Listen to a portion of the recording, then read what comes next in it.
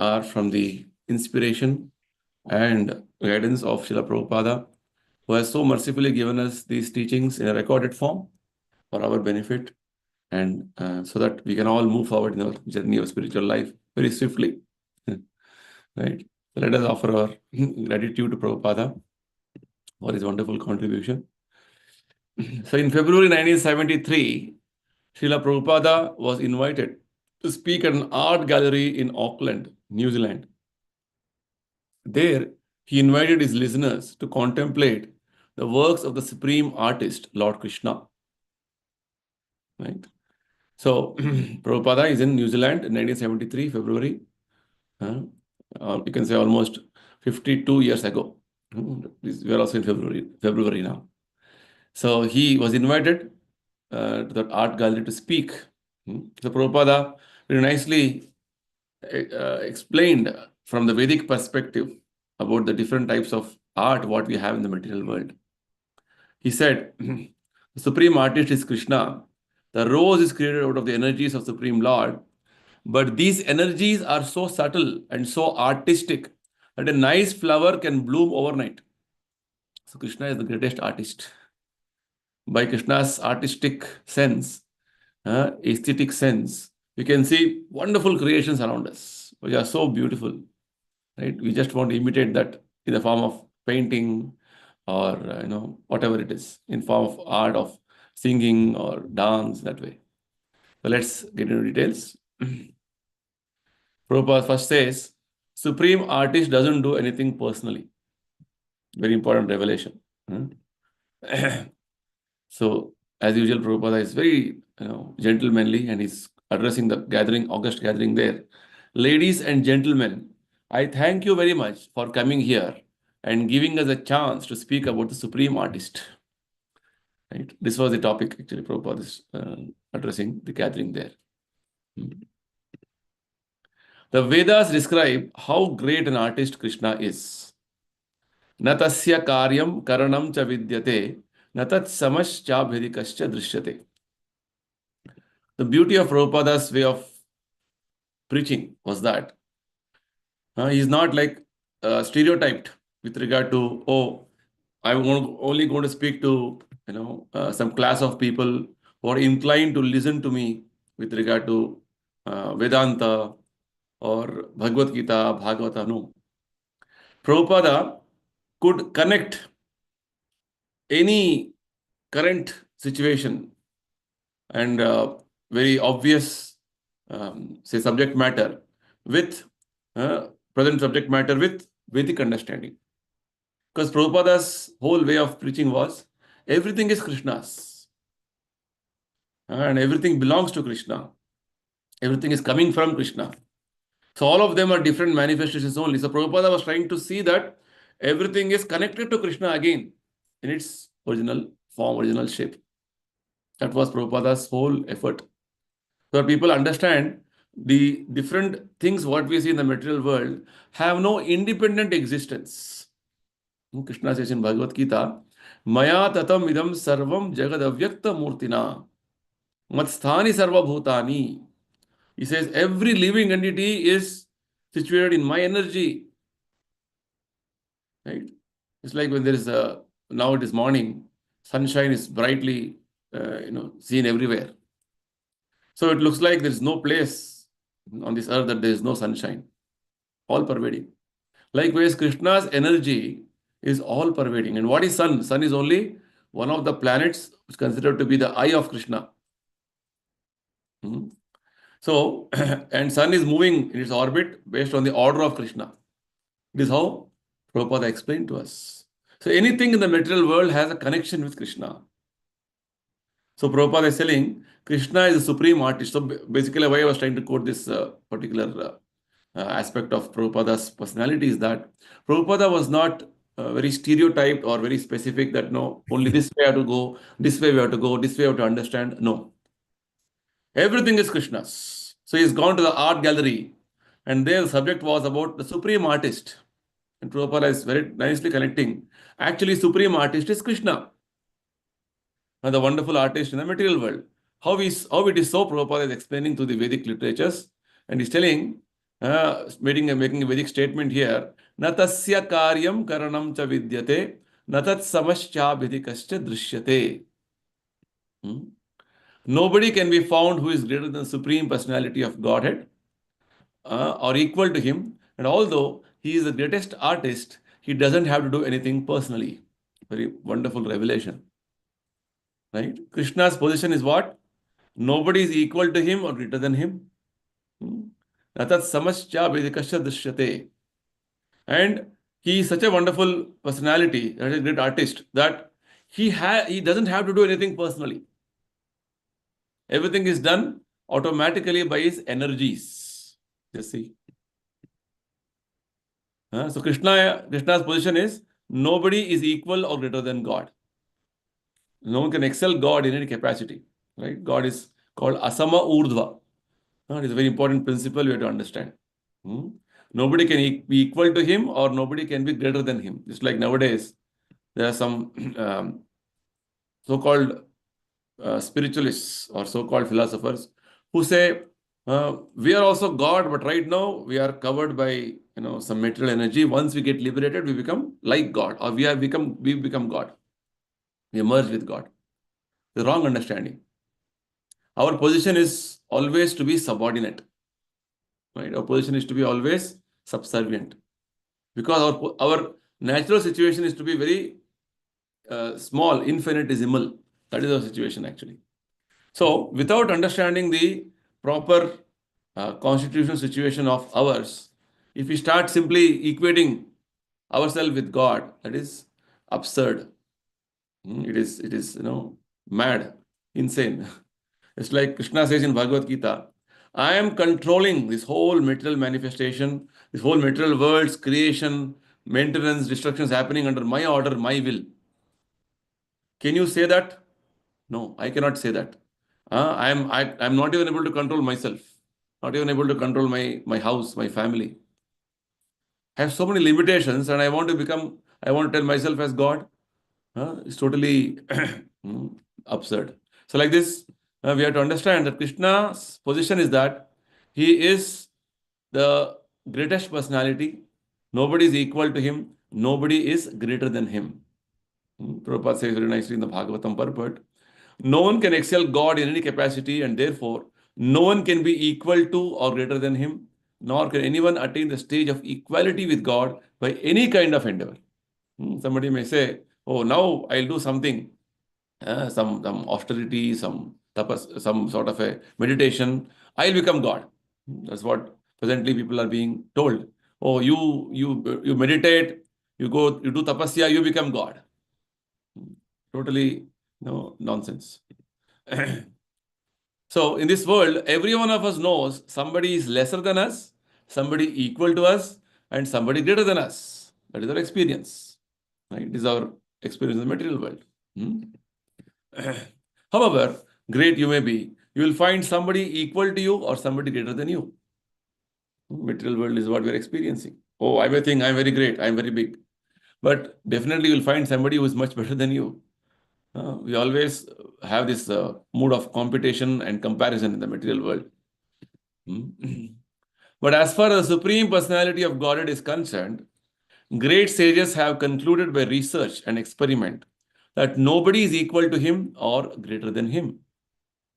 You see, this is the conclusion given by great sages and all the authorities and even the Vedic literatures. That Supreme Personality of Godhead Krishna is nobody can be equal to him or nobody can excel him or greater than him. So first thing we understood is Lord is supreme artist, and he doesn't have to personally do anything. And his position is he is greater than everybody. Nobody is equal to him. Right? Now, next Prabhupada makes one more significant point. He says God's energies are working automatically. How? God is so great that he has nothing to do.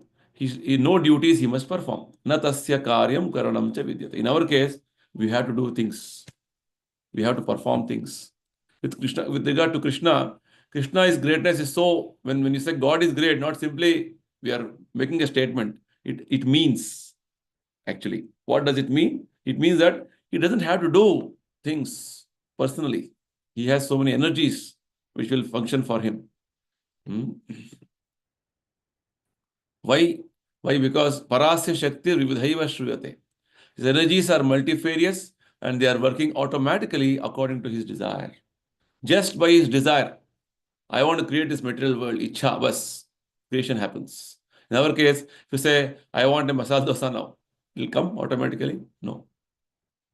You have to, get into the details of, the whole activity of soaking the dal, everything, the house, and then making batter, then making dosa. Then you'll get a plate of masala dosa.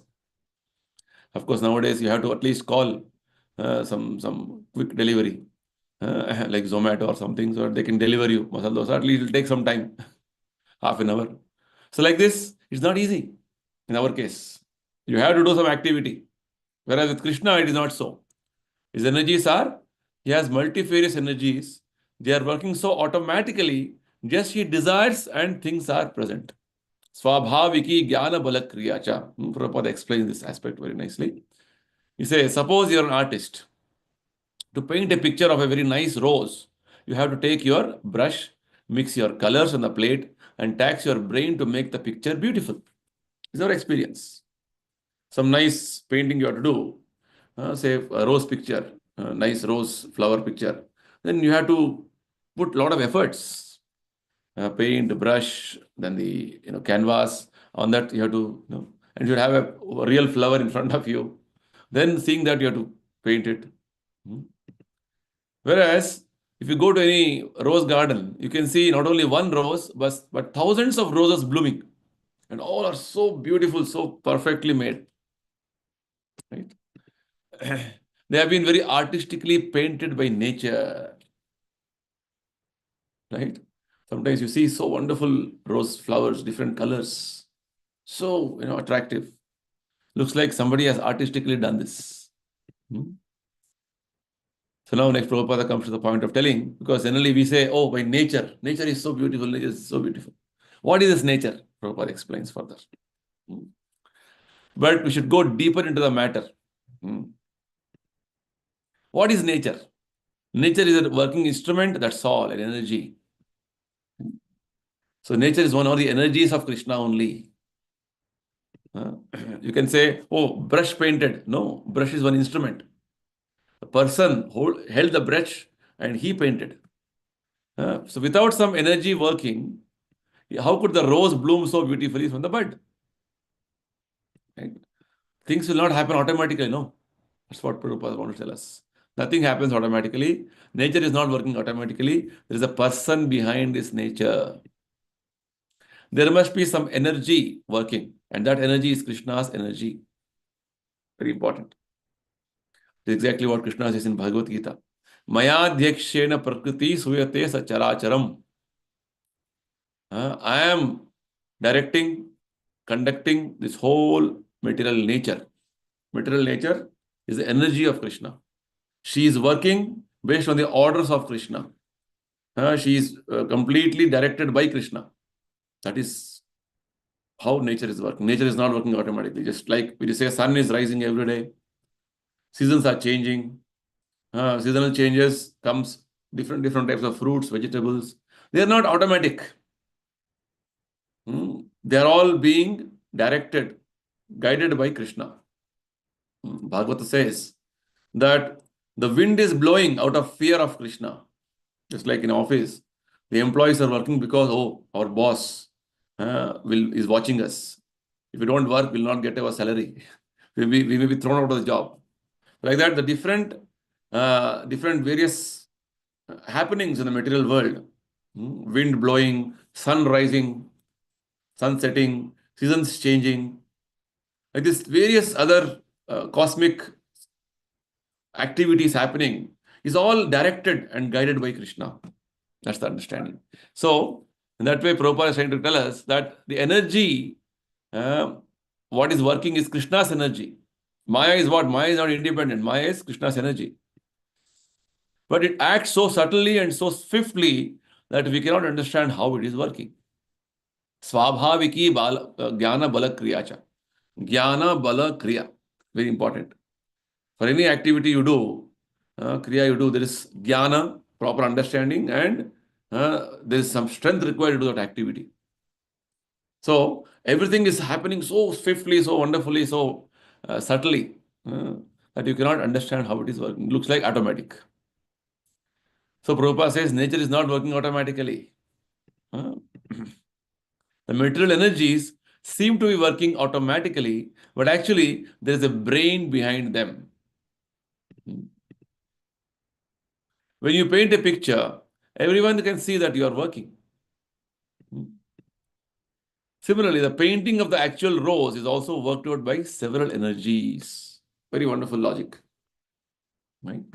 Any piece of art you make, there is an effort from your side. There's a brain. There's a proper thought process, and this has to be like this. This has to be like this. You spend time, energy, your energy, your artistic ability. So many aspects, so many energies are there, and you have used it. You have done that artwork on a piece of paper or some canvas or whatever it is. Then paint, brush. So many factors are there. So similarly, when there is a rose, nicely, uh, grown rose, bloom rose, there's so many energies working behind that. Don't think that the rose has been created automatically. Very wonderful thought to trigger our thought process or thinking. Nothing is automatic. There's a lot of work behind that. A lot of energies are working. No, nothing is created automatically, Prabhupada says. The rose is created out of the energies of the Supreme Lord, but these energies are so subtle and so artistic that a nice flower can bloom overnight. So Krishna has multifarious energies. Very important. Again, this concept is important because Krishna means a person means his energy. His energies are there. Vyakti Shakti. This concept is always mentioned in the Vedic scriptures. I am a person. I have some energies. I have speaking energy. I have lifting energy. I have some abilities. Energy means abilities. I have some creative energy.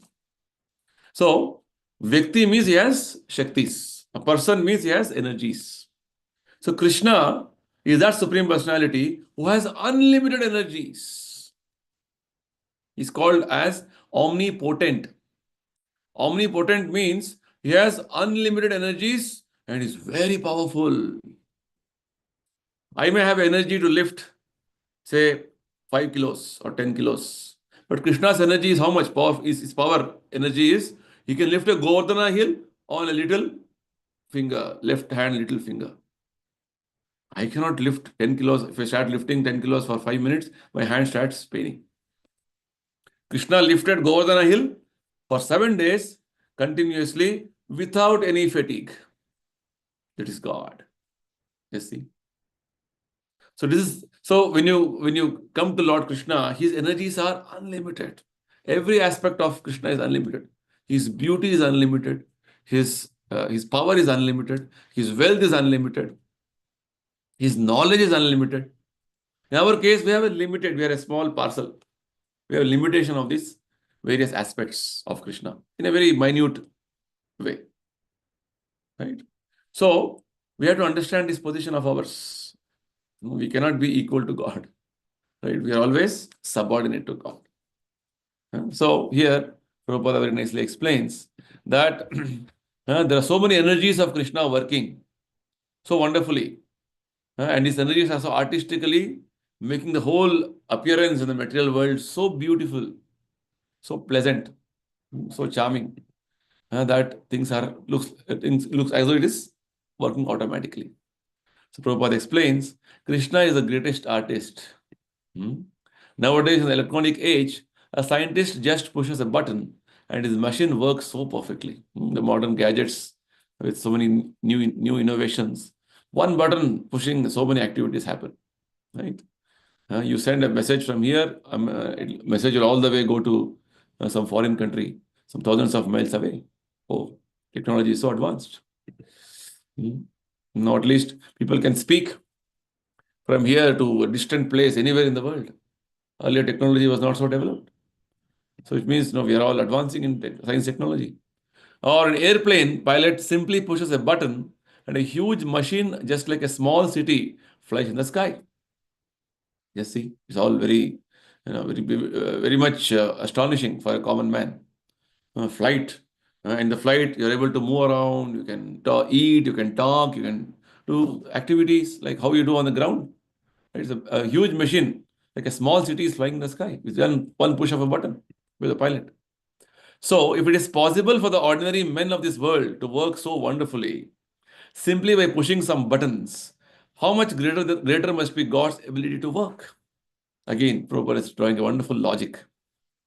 In our experience, with one push of a button, we're able to move big things in the material world because that's how we have designed the whole mechanism, the science behind it. So we have to understand there's a spiritual science, the way this world is working. You may design one aeroplane which can fly in the sky carrying, say, 300 people. Boeing 740 or whatever it is. So like this. Whereas Krishna can create huge planets which will float in the sky. Right? This is Krishna's ability. Our ability is very minuscule. Krishna's ability is unlimited. So it is very much possible that Krishna, by his multifarious energies, many energies, he can work so wonderfully that simply by pushing few buttons, he can create very inconceivable activities. How much more fertile his brain must be than ordinary artists or scientists' brains. Nice, Prabhupada, making a statement. Right? Our brains are all limited. Ordinary artist brains are limited. Krishna's brain is unlimited. How much energy he must be having? What all he's doing? Simply by his desire, let there be creation, everything is immediately manifest. This is his way of actions. So his only action is he desires, let this happen. This material world creation has to happen. So in the previous slide I showed you, it was showing how Krishna's one expansion called Mahavishnu is lying in one corner of the spiritual sky and he's breathing, he's exhaling and inhaling. Right? So when he exhales, there are innumerable universes coming out of his skin pores. It looks as though, looks like we also breathe and exhale, inhale. Air comes in, goes out, right? Likewise, Krishna's inhalation, exhalation is at a cosmic level. When he exhales, universes are generated. And when he inhales, again these universes are destroyed. You see, what is his level of working, his level of way of functioning. So simply by his desire, let there be creation, everything is immediately manifest. That is Krishna's way of actions. So Krishna is the greatest artist. Krishna desired that let this rose flower be grown, and his energies are all working behind them. So Krishna's artistic ability is actually limitless. How it is limitless? There is no limit to Krishna's artistic ability because Krishna is the seed of all creation. Bijam mam sarvabhutanam. Because he is the source of everything. From him, all energies are coming out. So he is unlimited. Unlimited energies are coming out from him. And it's all things, what we see is all his energies only.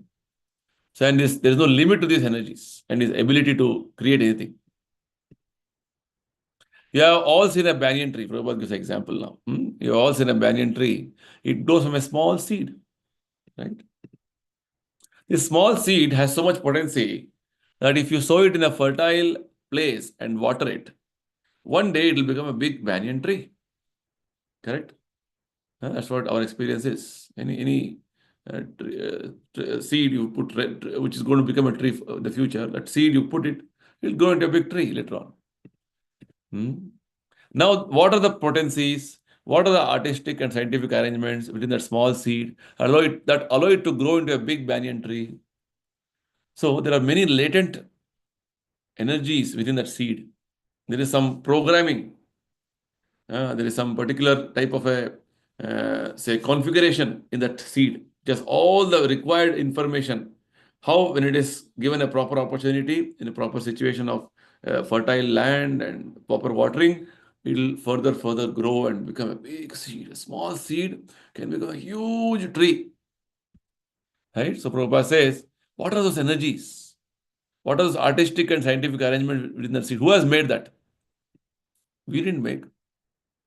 Also, on that banyan tree, there are many thousands of fruits, and within each fruit, there are thousands of seeds. And each seed contains the potency of another tree. Just look at the amazing, inconceivable energies Krishna's energies are working. One banyan tree has so many fruits, thousands of fruits. And each fruit, so many seeds are there. Each seed has a potency to create one more tree. This is Krishna's wonderful creation, artistic ability. So where is the scientist who can create that in that way? Scientists cannot manufacture a seed which can further multiply on its own. No, not possible. Where is the artist within this material world who can create a work of art as pleasing as a banyan tree? You see, these are all put for the thought to understand how wonderful the nature. Every seed has the potency to grow into a specific tree. A mango seed will grow into a mango tree. A neem seed will grow into a neem tree. Although the atmosphere situation with regard to the soil, water, everything may be same. You may plant a mango seed and a neem seed adjacent to each other. But when they grow, the type of fruits they produce are totally different. Mango seed will give nice mango fruits after some time. Whereas the neem seed will grow into a neem tree which is going to give you fruits that are bitter. You see? Which means every seed has some potential, has some specific programming which Krishna has packed in it. Right? He has some specific way of, the various different formulas Krishna has stored in it, which will manifest with the influence of time. Right? This is the wonderful things which we are seeing around us in the nature. So all these various observations in the world around us should trigger the thought of who is creating this? There must be some creator. There must be some artist for this, right? So Prabhupada is challenging, where is the artist within this material world who can create a work of art as pleasing as a banyan tree? So these inquiries should be made. So Prabhupada now explains us, all these are described in Vedic literatures. There's a scripture known as Vedanta Sutra. And Vedanta Sutra has many aphorisms, sutras, formulas. Vedanta Sutra basically means the essence of all the Vedic scriptures are compressed in the form of what is known as aphorisms. Short statements. Means volumes of knowledge in the Vedic literatures are compressed in the short formulas. They are called sutras. Right? So there are around 400 to 500 sutras, which Vyasadeva, after he compiled all the Vedic literatures, he compressed them as formulas. Just like in our experience also. You have, in your colleges, schools, we have huge textbooks, mathematics textbooks, physics textbook, chemistry textbook. At the end of those textbooks, they will have some important laws or important formulas being mentioned in few pages. Likewise, the whole vast range of Vedic literatures are compressed in small, short formulas. So these Vedanta Sutras give us the complete understanding of Vedic literatures in short statements, aphorisms. So what does the first Vedic Vedanta Sutra, right? What does it say? It says, the first aphorism of the Vedanta Sutras is Athato Brahma Jigyasa. In the human form of life, one should inquire about the absolute truth. This is the first aphorism. Why it is said so? That in the human form of life, we should inquire about the absolute truth. Because as a human being, right now, we are inquiring. Every day, we read the newspaper, Every day we switch on our television to see what's going on in the world, what's happening, around me.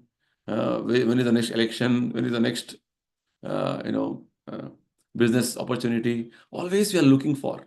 We're inquiring. Inquiring. Our inquiry is limited to what? Inquiry is limited to our bodily necessities, our bodily requirements, our bodily needs. So this bodily needs, bodily requirements can be categorized into four.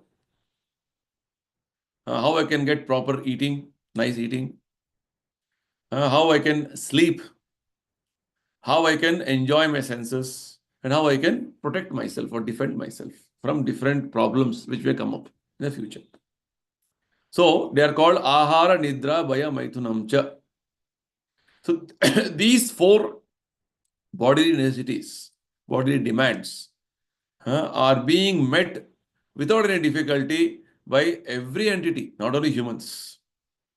Ahara, Nidra, Bhaya, Maithunam Cha, Samanya Metat Pashubir Narana. So for the Pashu, animals, birds, humans, these four necessities are common. So if you go on trying to fulfill the necessities, bodily necessities of life, like how any other entity does, and think that is what the purpose of life is, then the Vedic literature say you are not fulfilling the purpose of human life. Because human life you have got through a cycle of evolution of many, many millions of species of life. You've gone through many, many life forms. Then you get a human form of life. And in the human form of life also, you don't utilize it for the purpose for what it is meant for, then you are misusing it. I'll give a simple example. All of us would have traveled in a flight, right? Flight, before it takes off, it has to move on the ground for some level to pick up that momentum, right? Say, for instance, you have your private jet and you use your private jet to travel in a city, just like any other vehicle. So what will people say? Arey, with your private jet, you can fly, but you're misusing that private jet or aeroplane for going and purchasing vegetables. That is absurd, right? You are misusing, either underutilizing. Same thing has happened with us right now. We have got a human form wherein this human form of life will give us is going to give us an opportunity to liberate ourselves from the material world. But rather than doing that, we are simply busy to like any other animal who cannot liberate themselves, who are simply busy in eating, sleeping, mating, defending. And the whole life goes in this. Me and mine. I have to maintain myself and my family, and I have to work hard. I have to, get more money. Then you go on like this. My life, I have to do this. I have to teach my children how to do this. My family, society, everybody, we have to go. This is how people become entangled. Aham ameti. So the very first statement of Vedic Vedanta Sutra is sort of like a very strong shaking statement. Now that you have got the human form of life, you have to inquire about Brahman. What is Brahman? Brahman means that you are not simply this body, you are spirit soul. Brahman means anything spiritual is called Brahman. If you are only busy with matter, this material body, material connections, material way of working, only with matter, jada, that is considered to be very low class intelligence. Whatever you may say in the modern day context, oh, artificial intelligence, smart cities, or so many big, very sophisticated words you may use. But all of them finally are matter, are concerning material sort of understanding. So Krishna is very clearly categorically telling in Bhagavad Gita, unless your mind is absorbed in this matter or material energy, you will be entangled. There's a nice statement in Bhagavad Gita. It says, Bhoga Aishwarya Prasaktanam Taya Abharata Chetasam. Right now, the human society is only busy in what? Bhoga, material sense enjoyment. How I can gratify my senses. How I can get tasty food. I can go different eat outs, different restaurants. I can go travel anywhere. I just want to eat nice food. I want to see beautiful things. I want to hear nice music. So we are only thinking to gratify our senses to the maximum extent is the purpose of life. And to get this enjoyment and sense gratification, we have to work hard, because without working hard, without getting money, you cannot enjoy. So this has become a lifestyle now. People think you work hard and you get money and you enjoy life. That is the purpose of life. Of course, purpose of life is to enjoy, but not the way we think as enjoyment. This enjoyment is entangling, right? So like this, the whole mechanism or the whole system which we have made in our whole society with regard to human society, with regard to what we have to do, what we have to do. Child is born, you have to send him to school, then college, then he should get a job, then marriage. Like this, it has become a very stereotyped way of working, right? So this is what this first Vedanta Sutra is telling. This is not your purpose of your life. Now you've got a human life. Inquire that beyond this life, what you're living now, this material life of me and mine, there is a spiritual life. Because if you little contemplate carefully, as a person, I have a intrinsic desire that I don't want to grow old. I don't want to die. Given opportunity, I want to continue like this forever. Right? I don't want to get diseased. Nobody will say tomorrow, let me become diseased or ill. No. Whenever you speak to somebody, hello, Hare Krishna, how are you? Means, first of all, you ask, are you okay? Are you fine? Right? Because all of us want to see that we are all healthy. We all are very happy. But much against our desire and will, we become diseased, we grow old, we are put into troubles, difficulties. So this should be a trigger for us. Why it is happening? What is happening with me? Who am I actually? Am I this body or something beyond? This is what this first Vedanta Sutra is telling. Athato Brahma Jigyasa. Jigyasa means inquisitiveness. Our inquisitiveness should be with about our spiritual existence, about what is the the truth behind this whole material world. It's called Brahman. Brahman means spirit. Brahman means individual spirit. Brahman also means supreme spirit.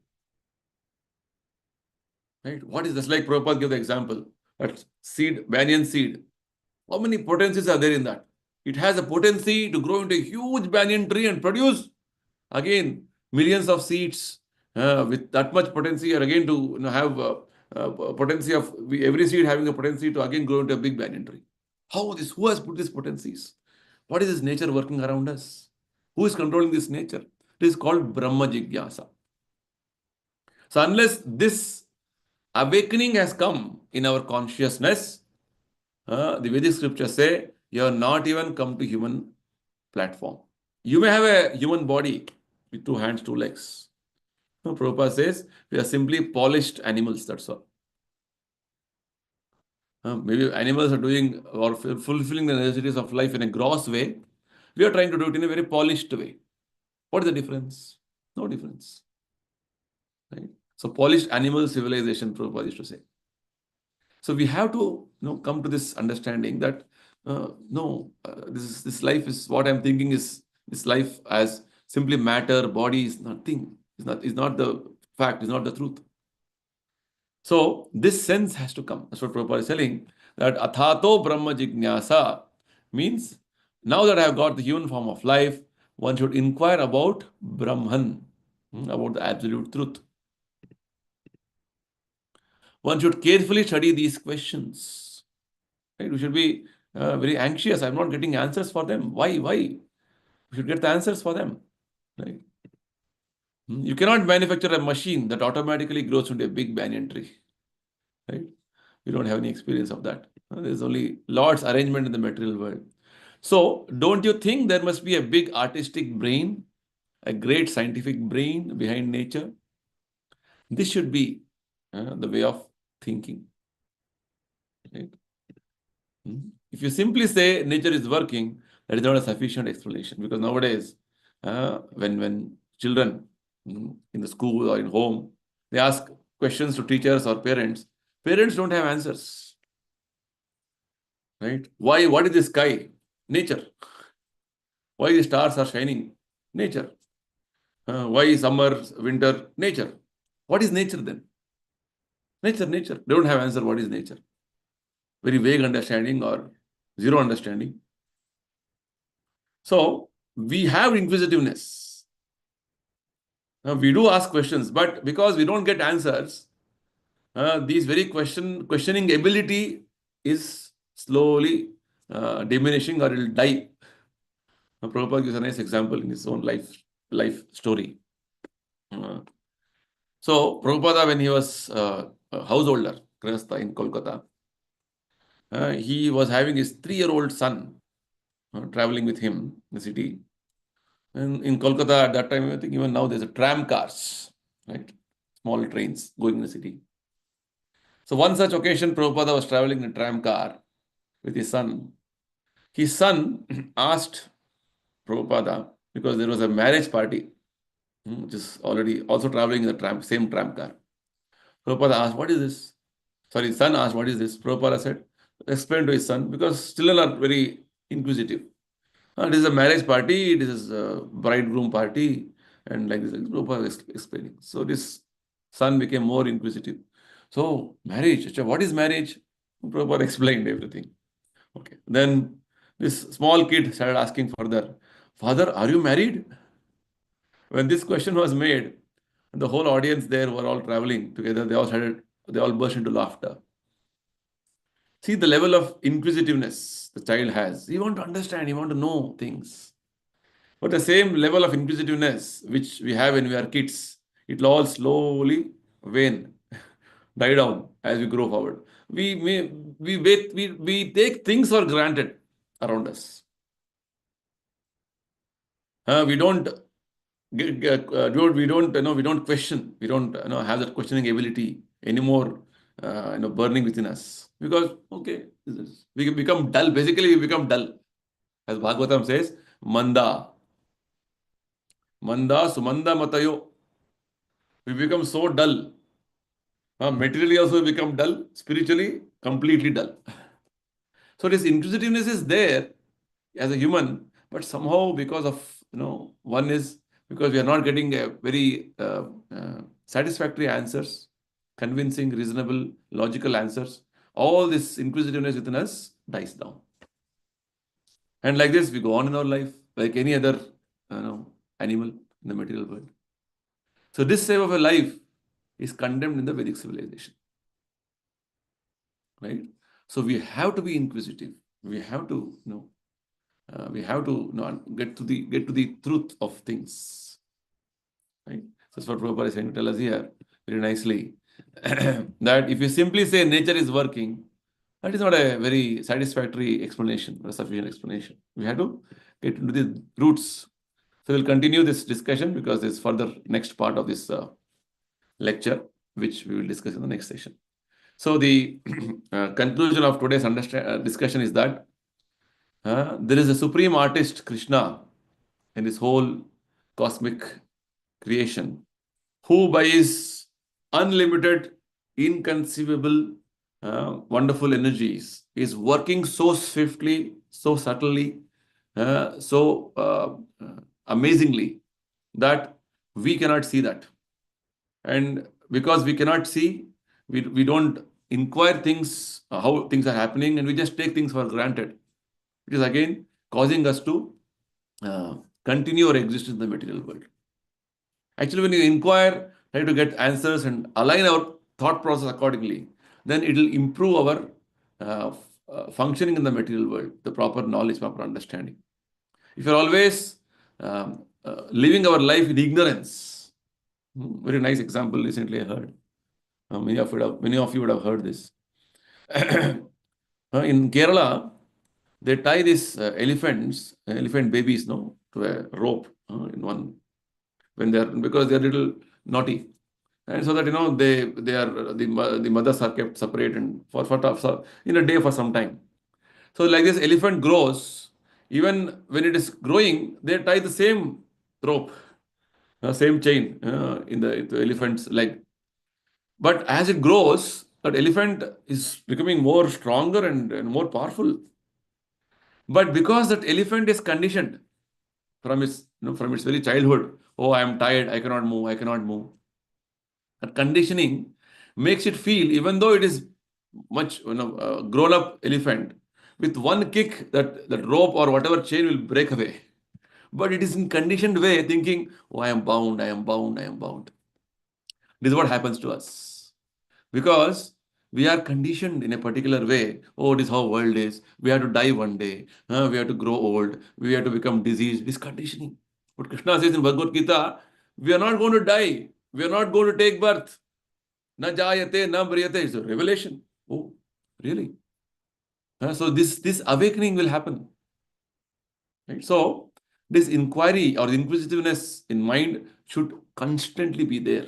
Continuously should be there, Prabhupada says. If it dies down, then we are no better than animals.